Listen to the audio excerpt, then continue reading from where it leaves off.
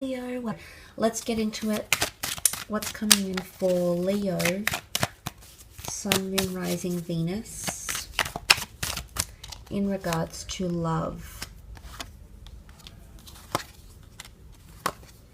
Okay, this is quite powerful. You've come up twice as the Queen of Wands and also through the Strength card here. So potentially two big changes, transformations coming in around you in regards to love. Now, something could be in its early stages with the Sun card here, which could be in Aries. But the message here with the Sun is also childbirth, youthfulness, harmony, or the Sun illuminating something. Now, I feel you're going to discover more about yourself or potentially about your partner in the upcoming month. It could also be in connection to pregnancies and raising children, or talking about starting a family. For some of you, that's absolutely the case. For others, I feel like you're just going to go through quite a harmonious period because you do have the Seven of Swords. Seven of Swords, Four of Swords. My guess is in conjunction with the Knight of Swords, you might be encountered with a bit of drama or obstacles in connection with communication. It could be something that's kept hidden from you. Now, the Sun illuminates a lot. So if something is being hidden, or the person you're dealing with might be a little bit withdrawn, might not be revealing too much, or you feel you're not revealing too much enough, it's almost like treading lightly, because you can see the Seven of Swords treads lightly around a certain situation. He doesn't want other people to see him or notice him or discover his real intentions. And I wouldn't go so far as to say someone is deceitful or has the wrong intentions for you. I think if it's that bad, I think you definitely would have noticed by now, Leo. You're very switched on, so I don't feel it's that. I think it's more to do with communication and not being outright. And you might see someone grow a little bit distant with the Four of Swords. It could be you that grows a little bit distant. And I think the reason is because one of you want to avoid some sort of judgment. Opinions, wrath, anger, jealousy, explosions. One of you want to avoid that, and in doing so, you're actually avoiding the issue and making it much worse. Now, of course, this won't be for all of you, but I do feel for some of you that is the case here.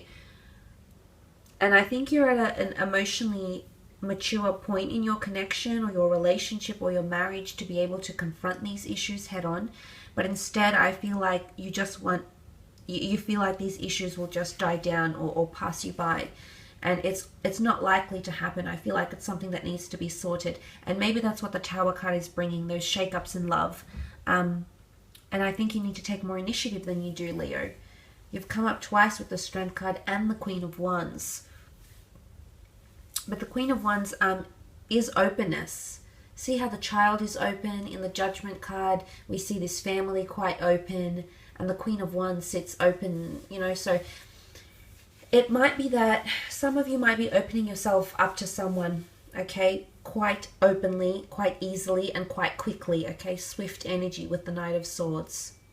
And some of you might be putting yourself in a position to get hurt, or you're going to maintain high expectations, and what happens with the Tower card, something happens, some sort of drama or scandal or revelation or knowledge comes into play here, and then suddenly it's a bit of a whirlwind, and you put yourself in a vulnerable position here. So some of you might be doing that because there is someone here, and not that they're overly deceitful, but it is someone here who is sort of beating around the bush. They're not being overly direct. Maybe they're going too fast without even thinking about what's occurring in the relationship, without even thinking about how much they can actually commit to you. And strength is required. Why is strength required? Strength is always required at a time of need, at a time of when we fall down, at a time when we're emotionally vulnerable, at a time when we're susceptible to these Tower moments.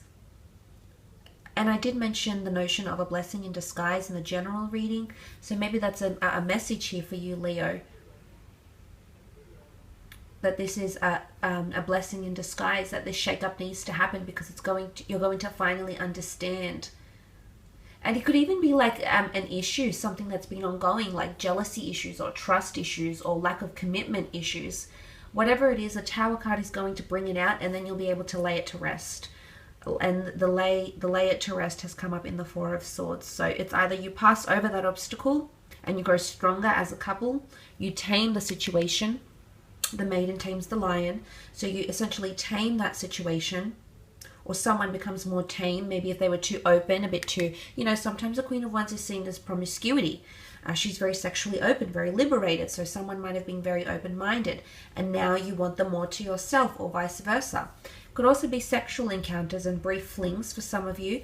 The Tower card can be that one-night stands, or Seven of Swords. You know that someone just wants to have a bit of fun. They don't want to commit, yet you're open to it anyway, Leo. So regardless if you're a woman or a man watching this, there could be people coming in around you who are just attracted physically. They might not have much substance to them, or you might not connect beyond the physical. But I think some of you are still hoping that you can completely change this person overnight. It's not going to happen. Whilst it can, I just want you to not rush into anything. Really pace yourself. Let's move on to your career, business, finance, and see what's coming up.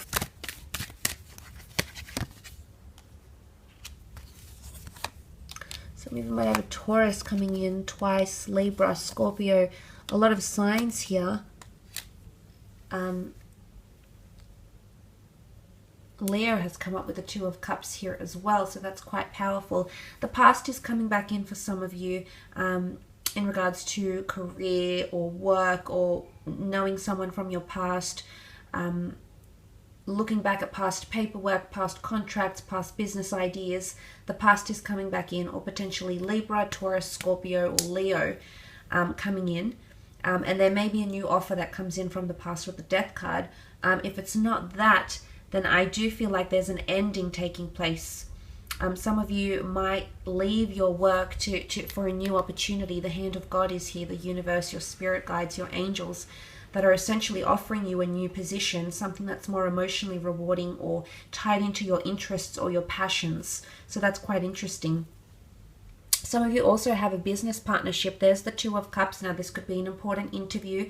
I think you might ace it, but there might be up to 2 to 3 people interviewing you. So be prepared for very different personalities and a very different line of questions and things like that. But important meetings or collaborations, even investments.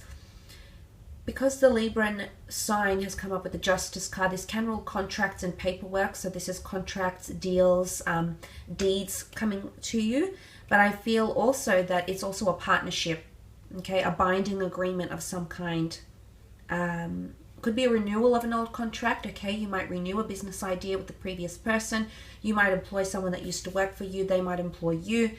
So you might share some sort of link, but there is contracts and documents and a binding agreement coming in from 2 parties. There could even be multiple investment people. There's 3 people here, 3 signs here. So, well, 4 if you count you. So there could be a tripartite, okay, a triangle here, or a third party that's coming in to invest or attach themselves to your company, or maybe to the company you're working for. But suddenly that changes things. But there is potential for an asset here. The King of Pentacles can represent a large asset or a large amount of money. So maybe, for example, if this is a new job that's being offered to you, it's going to be attached to quite a bit of money, or it's being offered by someone very well connected or very, very affluent. I do see for the most part some of you networking with a lot of different people, maybe that work in law, maybe with estates and finances. That it's a lot of different industries are coming together for some reason here, Leo. Maybe you're a recruiter and you've suddenly been overwhelmed with a lot of different industries, or you might be researching new work, or you might be having a lot of discussions with the people around you. But it's something about, it's very different industries coming together, or very different ideas or concepts or strategies coming together to create something new. But justice and judgment, there's reviews coming up. Critics have something to say. It's exclusive though. People will have access to this information somehow. Could be posted online. It could be like Business Insider. You might be asked to do a report. The business you work for might end up in some sort of, it might be in the spotlight, might be in the news for some reason.